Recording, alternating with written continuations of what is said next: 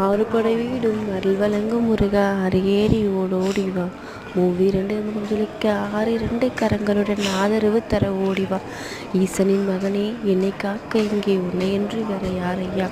நெஞ்சார நான் நினைக்க பஞ்சாமிர்தம் கொடுக்கும் ஒரு தெய்வம் நீதான் ஐயா. வந்த வினையாவும் திசை மாறி போக செய்து என்னை காத்த செந்தில் ஆண்டவா உனக்கு கோடான கொடி நன்றி.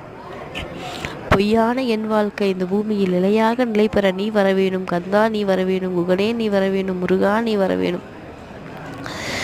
மலைதோறும் படைவீடு இருந்தாலும் முருகா என் மன வீட்டில் வந்தமர்ந்து என்னை ஆட்கொள்ளும் தேவனே உனக்கு நன்றி.